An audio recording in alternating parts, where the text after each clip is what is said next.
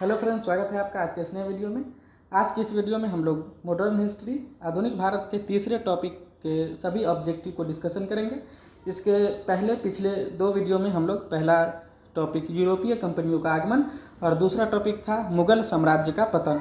ये दोनों के जितने भी ऑब्जेक्टिव थे वो सब हम लोग डिस्कशन कर चुके हैं। अगर आप किसी भी टीचिंग एग्जाम या जो अभी बिहार बीपीएससी होने वाला है या फिर किसी भी कॉम्पिटिटिव एग्जाम की तैयारी कर रहे हैं जहाँ से मॉडर्न हिस्ट्री का जो है क्वेश्चन पूछा जाता है, उसके लिए हम लोग यहाँ टॉपिक वाइज ऑब्जेक्टिव क्वेश्चन को डिस्कशन कर रहे हैं। तो आइए बिना देर के हुए हम लोग तीसरे टॉपिक, जो हम लोग का तीसरा टॉपिक है नवीन राज्यों का उत्थान, उसके बारे में हम लोग डिस्कशन करते हैं। तो आइए शुरू करते हैं पहले क्वेश्चन से। पहला क्वेश्चन है, किस संधि से बंगाल में द्वैध शासन जो है लागू किया गया था? किस संधि से बंगाल में द्वैध शासन लागू किया गया था? तो ये हम लोग का है इलाहाबाद की संधि से जो है बंगाल में द्वैध शासन लागू किया गया था। ठीक है, और इलाहाबाद की संधि जो है कब हुआ था? तो इलाहाबाद में दो संधि हुई थी। पहली संधि 12 अगस्त 1765 और दूसरी संधि जो है 16 अगस्त 1765, यानी कि 4 दिन के अंतराल पे 12 अगस्त और 16 अगस्त 1765 को इलाहाबाद की संधि हुई थी।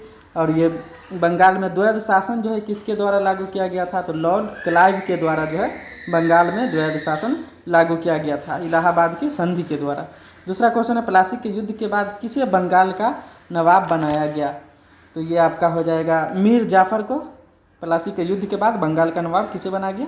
मीर जाफर को बनाया गया। और प्लासी का युद्ध जो है कब लड़ा गया था? तो 23 जून 1757, 23 जून 1757 को जो है प्लासी का युद्ध लड़ा गया था।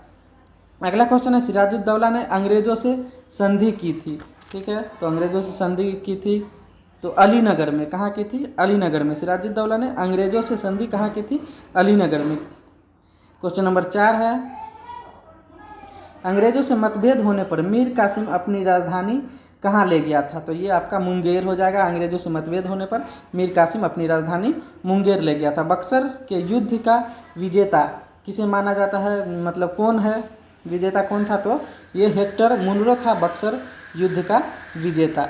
ठीक है, हेक्टर मुनरो जो है बक्सर युद्ध का विजेता था। और ये बक्सर का युद्ध जो है कब हुआ था? तो 22 अक्टूबर 1764 को। 22 अक्टूबर 1764 को बक्सर का युद्ध हुआ था, याद रखेंगे। अगला क्वेश्चन है, बक्सर के युद्ध का मुख्य कारण क्या था? तो बक्सर के युद्ध का मुख्य कारण जो है ईस्ट इंडिया कंपनी के द्वारा वाणिज्यिक अधिकार का दुरुपयोग किया जाना जो है बक्सर के युद्ध का मुख्य कारण था। अगला क्वेश्चन है क्वेश्चन नंबर 7, बक्सर के युद्ध में जो है कौन कौन मित्र थे? तो ये आपका अवध का नवाब, बंगाल का नवाब और मुगल सम्राट, ये जो तीनों थे ये मित्र थे बक्सर के युद्ध में। अवध का नवाब, बंगाल का नवाब और मुगल सम्राट। अगला क्वेश्चन है, क्लाइव ने कौन सा युद्ध जीता था? तो ये प्लासी का युद्ध जो है लॉर्ड क्लाइव के द्वारा जीता गया था। क्वेश्चन नंबर 9 है, बक्सर के युद्ध के बाद अंग्रेजों को क्या लाभ हुआ था? तो बंगाल में दीवानी जो है अधिकार पत्र मिल गया था। अगला क्वेश्चन है, मीर कासिम से अंग्रेजों के मतभेद का मुख्य कारण क्या था? तो ये व्यापार था मुख्य कारण। मीर कासिम से अंग्रेजों के मतभेद का मुख्य कारण व्यापार था। अगला क्वेश्चन है, प्लासी के युद्ध के बाद क्लाइव को क्या मिला था? तो वह बंगाल का गवर्नर नियुक्त हो गया था। प्लासी के युद्ध के बाद बंगाल का गवर्नर लॉर्ड क्लाइव को नियुक्त किया गया था। क्वेश्चन नंबर 12, अवध के अंग्रेजी राज्य में विलय के समय अवध का नवाब कौन था? जब अवध को अंग्रेजी राज्य में मिलाया गया था तो उस समय अवध का नवाब कौन था? तो ये आपका वाजिद अली शाह जो है अवध का नवाब था। क्वेश्चन नंबर 13, सिराजुद्दौला के बाद गद्दी पर कौन बैठा था? तो ये आपका मीर जाफर जो है सिराजुद्दौला के बाद मीर जाफर गद्दी पर बैठा था। क्वेश्चन नंबर 14, सिराजुद्दौला की प्लासी के युद्ध में पराजय का कारण क्या था? तो ये क्लाइव की कूटनीति, लॉर्ड क्लाइव की कूटनीति थी जिसके कारण प्लासी के युद्ध में सिराजुद्दौला की हार हुई थी। क्वेश्चन नंबर 15, प्लासी जो है कहाँ है? तो ये बंगाल में है प्लासी। ठीक है, एक जगह है जिसमें प्लासी का युद्ध लड़ा गया था जो बंगाल में है। क्वेश्चन नंबर 16 है, 16वीं सदी में बंगाल के किस नवाब ने मुगल दरबार को दिए जाने वाले कर की राशि कम कर दी थी? तो ये अलीवर्दी खां के द्वारा जो है 16वीं सदी में बंगाल के नवाब थे जो मुगल दरबार को दिए जाने वाले कर की राशि कम कर दी थी। कौन था? अलीवर्दी खां। क्वेश्चन नंबर 17, बक्सर के युद्ध में भारतीय संघ में सम्मिलित थे। कौन कौन से सम्मिलित थे? तो ये मीर कासिम और सिराजुद्दौला जो है सम्मिलित थे बक्सर के युद्ध में भारतीय संघ में। जो है मीर कासिम और शुजाउद्दौला सम्मिलित थे। बंगाल के किस नवाब ने यूरोपियों की तुलना मधुमक्खियों से की थी? तो ये अलीवर्दी खां जो है यूरोपियों की तुलना मधुमक्खियों से की थी। क्वेश्चन नंबर 19 है, प्लासी के युद्ध में ब्रिटिश विजय का प्रतिफल क्या था? तो ये कंपनी द्वारा 24 परगना का अधिग्रहण जो था इसका प्रतिफल था। क्वेश्चन नंबर 20 है, निम्नलिखित में से कौन नवाब सिराजुद्दौला के प्रति भक्ति में विशिष्ट था? तो ये आपका मीर मदान। ठीक है, नवाब सिराजुद्दौला के प्रति भक्ति में विशिष्ट था मीर मदान। क्वेश्चन नंबर 21 हम लोग देखते हैं, अलीनगर की संधि पर हस्ताक्षर हुआ था किसके द्वारा? तो ये कब हुआ था? तो ये फरवरी 1956 में। अलीनगर की संधि पर हस्ताक्षर कब हुआ? फरवरी 1956 में जो है हस्ताक्षर किया गया था। 22 नंबर क्वेश्चन है, बंगाल के किस नवाब ने कंपनी को मिदनापुर का क्षेत्र प्रदान किया था? यानी कि बंगाल के किस नवाब ने कंपनी को मिदनापुर का क्षेत्र प्रदान किया था? तो ये 22 का ऑप्शन नंबर डी हो जाएगा। मीर कासिम के द्वारा जो है बंगाल के जो नवाब थे उसके द्वारा कंपनी को मिदनापुर का क्षेत्र प्रदान किया गया था। क्वेश्चन नंबर 23 है, अहमद शाह ने 1748 ईस्वी में सफदरजंग को किस पद पर नियुक्त किया था? तो ये आपका साम्राज्य का वजीर। ठीक है, सफदरजंग को वजीर के पद पर नियुक्त किया गया था। क्वेश्चन नंबर 24 है, मीर कासिम और कंपनी के बीच झगड़े का मूल कारण क्या था? झगड़े का मूल कारण क्या था? तो ये आपका हो जाएगा बी नंबर, राजधानी का मुंगेर स्थानांतरण। ठीक है, राजधानी का मुंगेर स्थानांतरण जो है मीर कासिम और कंपनी के बीच झगड़े का मूल कारण क्या था? तो ये हो जाएगा राजधानी का मुंगेर स्थानांतरण। क्वेश्चन नंबर 25 है, मीर जाफर के शासनकाल में अंग्रेजों की नीति में एक महत्वपूर्ण नया मोड़ आया था, वो था सने सने नवाब के अधिकारों को समाप्त किया गया था। ठीक है, क्वेश्चन नंबर 26 है, प्लासी के युद्ध के पश्चात भी अंग्रेजों ने बंगाल के नवाब के पद को बनाए रखा था, क्योंकि वे सोचते थे कि यह व्यवस्था अभी तक उनके हितों के साथ असंगत नहीं हुई है। तो 26 का ऑप्शन नंबर ए हो जाएगा। क्वेश्चन नंबर 27 है, कौन सा युगम सुमेलित नहीं है? ठीक है, कौन सा युगम सुमेलित नहीं है उसको हम लोग को देखना है। तो ये आपका 27 का आंसर हो जाएगा डी नंबर। 3 और 4 जो है सुमेलित नहीं है, यानी कि दुर्लभ जो था बंगाल नवाब का कोषाध्यक्ष था, ये सही है। जगत सेठ जो था ये आपका मुर्शिदाबाद का सेठ था, तो ये भी सही है। और ये मोहम्मद रजा खान बिहार का दीवान नहीं था, और ये राजा सिताबरा बंगाल का दीवान नहीं था। तो कौन सा सुमेलित नहीं है? तो 3 और 4 जो है सुमेलित नहीं है।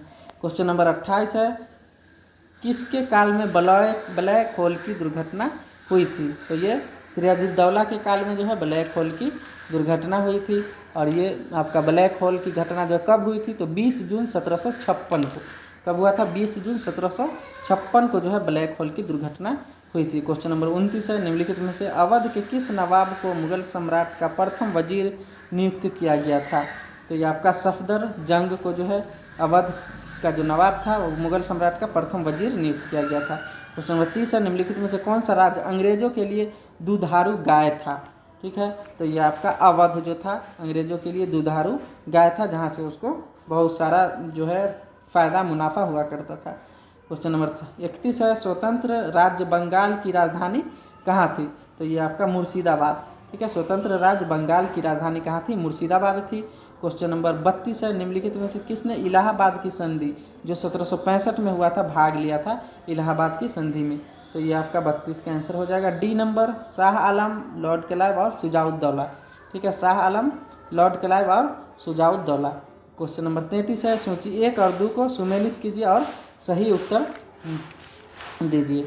तो ये आपका हो जाएगा 33 का ऑप्शन नंबर 33 का बी हो जाएगा। बी इसका आंसर है, 33 का बी यानी 1 का 2 हैदराबाद का जो था निजामुल मुल्क था, और आपका अवध का नवाब जो था सआदत अली खान था। उसके बाद बंगाल का नवाब मुर्शिद कुली खां और अरकाट का नवाब सादतुल्ला खां था। ठीक है, तो याद रखेंगे हैदराबाद का नवाब निजामुल मुल्क, अवध का नवाब सआदत अली खां और बंगाल का नवाब मुर्शिद कुली खां और अरकाट का नवाब जो था सआदतुल्ला खां था। क्वेश्चन नंबर 34 को हम लोग देखते हैं, बंगाल में कंपनी के अधिकारियों द्वारा दस्तकों के दुरुपयोग करने से किससे उसके संबंध बिगड़ गए थे? ठीक है, किसके संबंध बिगड़ गए थे, तो 34 का ऑप्शन नंबर डी हो जाएगा। मीर कासिम से, बंगाल में कंपनी के अधिकारियों द्वारा दस्तकों के दुरुपयोग करने से किससे उसके संबंध बिगड़ गए थे, तो मीर कासिम से जो है उसके संबंध बिगड़ गए थे। क्वेश्चन नंबर 35, बंगाल का वह नवाब जिसने इजारेदार कहलाने वाले अपने प्रतिनिधियों के माध्यम से कर वसूल किया था, तो ये आपका हो जाएगा मुर्शीद कुली खां। ठीक है, बंगाल का जो नवाब थे मुर्शीद कुली खां, उन जिसने इजारेदार कहलाने वाले अपने प्रतिनिधियों के माध्यम से कर वसूल किया था। क्वेश्चन नंबर 36 है, निम्नलिखित में से कौन मुर्शीद कुली खां के विरुद्ध बड़ी बगावत करने वालों में से एक थे, तो ये आपका हो जाएगा राज वल्लभ। नया कूट दिया हुआ है, तो ये ऑप्शन नंबर 36 का सी है, यानी कि 1, 2 और 4, यानी कि सीताराम रे, उदय नारायण और गुलाम मोहम्मद, ये राज वल्लभ जो है इसमें से नहीं थे। तो निम्नलिखित में से कौन मुर्शीद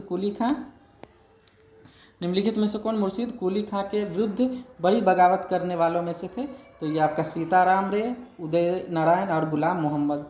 क्वेश्चन नंबर 37 है, ढाका से मुर्शिदाबाद राजधानी स्थानांतरित करने वाला बंगाल का नवाब जो है कौन था, तो मुर्शीद कुली खां था, जो ढाका से मुर्शिदाबाद अपनी राजधानी बंगाल को कर लिया था। क्वेश्चन नंबर 38 है, मीर कासिम द्वारा कंपनी को प्रदत्त जमींदारी में कौन सा जिला सम्मिलित नहीं था, तो ये आपका मुजफ्फरपुर जिला जो है सम्मिलित नहीं था। ठीक है, जो जमींदारी दिया गया था बर्दवान का दिया गया था, मिदनापुर का दिया गया था और चटगांव का दिया गया था, जिसमें मुजफ्फरपुर शामिल नहीं था। क्वेश्चन नंबर 39 है, 1751 ईस्वी में अलीवर्दी खान ने यथार्थ रूप से उड़ीसा का समर्पण निम्नांकित को कर दिया था। ठीक है, तो ये आपका हो जाएगा रघुजी भोसले को जो है उड़ीसा का समर्पण कर दिया गया था। क्वेश्चन नंबर 40 हम लोग देखते हैं, राजवल्लभ, घसीटी बेगम, शौकत जंग निम्नलिखित में से किसके प्रधान शत्रु थे, तो ये सिराजुद्दौला के शत्रु थे। राजवल्लभ, घसीटी बेगम, शौकत जंग जो है सिराजुद्दौला के शत्रु थे। क्वेश्चन नंबर 41, निम्नलिखित में से कौन सा सही सुमेलित है, तो ये आपका जगत सेठ जो बंगाल का प्रसिद्ध सेठ था वो सही है। उसके बाद जो है सभी जो है मिलान सुमेलित नहीं, गलत है। क्वेश्चन नंबर 42 है, अलीवर्दी खां द्वारा 1751 ईस्वी में उड़ीसा मराठों को सौंपने के पीछे प्रमुख कारण क्या था, जो उड़ीसा जो है मराठों को सौंप दिया गया था अलीवर्दी खां द्वारा 1751 ईस्वी में, तो उसका मुख्य कारण क्या था, तो ये आपका सैनिक दृष्टि से मराठों से छिन्न था। ठीक है, सैनिक दृष्टि से मराठों से छिन्न था, सैनिक दृष्टि से मराठों से वो उनका सैनिक जो है कमज़ोर था। क्वेश्चन नंबर 43 है, बंगाल के निम्नलिखित शासकों का सही कालानुक्रम क्या है, तो ये आपका हो जाएगा ए नंबर, यानी कि सबसे पहले था मुर्शीद कुली खां, उसके बाद था शुजाउद्दीन, उसके बाद था आपका सरफराज खां, उसके बाद अलीवर्दी खां, तो ये ऑप्शन नंबर 43 का 1 हो जाएगा। क्वेश्चन नंबर 44 देख लेते हैं, बंगाल में मुर्शीद कुली खां के राजस्व सुधारों के परिणाम स्वरूप वहाँ का वार्षिक राजस्व हो गया था, कितना हो गया था, तो ये आपका 1,50,00,000 रुपये हो गया था। ठीक है, क्वेश्चन नंबर 45 है, सिराजुद्दौला द्वारा अपनी मसनद खोने का कारण था, अब सिराजुद्दौला द्वारा अपनी मसनद खोने का क्या कारण था, तो ये हो जाएगा आंतरिक साजिश और विश्वासघात के द्वारा जो है अपनी मसनद खो दी थी। क्वेश्चन नंबर 46 है, घसीटी बेगम, शौकत जंग, राजवल्लभ और यार लतीफ़ खान जानी दुश्मन थे, किसके जानी दुश्मन थे, तो ये सिराजुद्दौला के जानी दुश्मन थे। क्वेश्चन नंबर 47 है, सुमेलित करना है। ठीक है, तो 47 का हो जाएगा 1 नंबर, यानी कि हैदराबाद का निजाम जो था निजामुल मुल्क था, अवध का नवाब जो था सआदत खान था, बंगाल का नवाब अलीवर्दी खां था और केरल का जो नवाब था वो मार्तंड वर्मा था। ठीक है, 47 का। अब क्वेश्चन नंबर 48, बंगाल का नवाब मुगल सूबेदार मुर्शीद कुली खां मूल्यतः कौन थे, तो ये आपका एक दक्षिण भारतीय ब्राह्मण थे। बंगाल का नवाब मुगल सूबेदार मुर्शीद कुली खां मूल्यतः कौन थे, तो एक दक्षिण भारतीय ब्राह्मण थे। क्वेश्चन नंबर 49 है, निम्नलिखित में से किसके शासन के साथ बंगाल की सूबेदारी आनुवांशिक हो गई थी, यानी कि पीढ़ी दर पीढ़ी चलने लगा था, तो ये मुर्शीद कुली खां के बाद जो है। क्वेश्चन नंबर 50 है,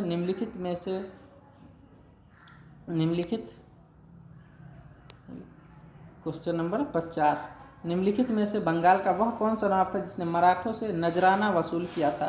ठीक है, तो ये हो जाएगा अलीवर्दी खां जो है मराठों से नजराना वसूल करने के लिए जाने जाते हैं। क्वेश्चन नंबर 51 है, बंगाल के वित्तीय संसाधनों की वृद्धि के लिए मुर्शीद कुली खान ने निम्नलिखित में से कौन सा कदम नहीं उठाया था? तो ये डी था, उसने रैयतवाड़ी बंदोबस्त के स्थान पर महलवाड़ी व्यवस्था लागू की थी, ये नहीं था।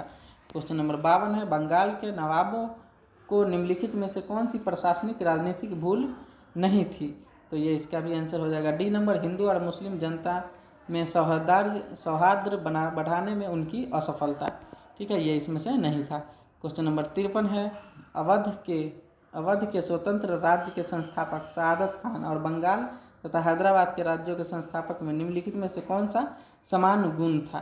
तो ये हो जाएगा उच्च स्तरीय व्यक्तिगत नैतिकता। ठीक है, बंगाल का कौन सा नवाब अपनी न्यायप्रियता हेतु इतना प्रसिद्ध था कि लोग यह विश्वास करने लगे थे कि वे नौश खां के शासन के अंतर्गत रह रहे हैं? तो ये हो जाएगा ऑप्शन नंबर ए, शुजाउद्दीन। ठीक है, शुजाउद्दीन। क्वेश्चन नंबर 55 और आज के वीडियो का सबसे लास्ट क्वेश्चन है, 1775 ईस्वी में किसने बंगाल के समकालीन नवाब को बेताल, फेंटम या छाया पुरुष यानी कि घास फूस का आदमी कहा था? तो ये हो जाएगा आपका सी, कलकत्ता के सर्वोच्च न्यायालय के न्यायाधीश इम्पे को जो है घास फूस का आदमी कहा गया था। तो उम्मीद करते हैं ये वीडियो आपको अच्छा लगा होगा और इसी तरह का टॉपिक वाइज जो है ऑब्जेक्टिव हम लोग आगे भी बनाएंगे। तो ज़रूर जो चैनल को सब्सक्राइब कर लीजिए, जिससे आगे आने वाला वीडियो जो है आप तक पहुंच सके और आपका जो बिहार 7th फेज एग्ज़ाम होने वाला है उसमें अच्छा स्कोर हो सके। तो थैंक यू, मिलते हैं नेक्स्ट वीडियो में, धन्यवाद।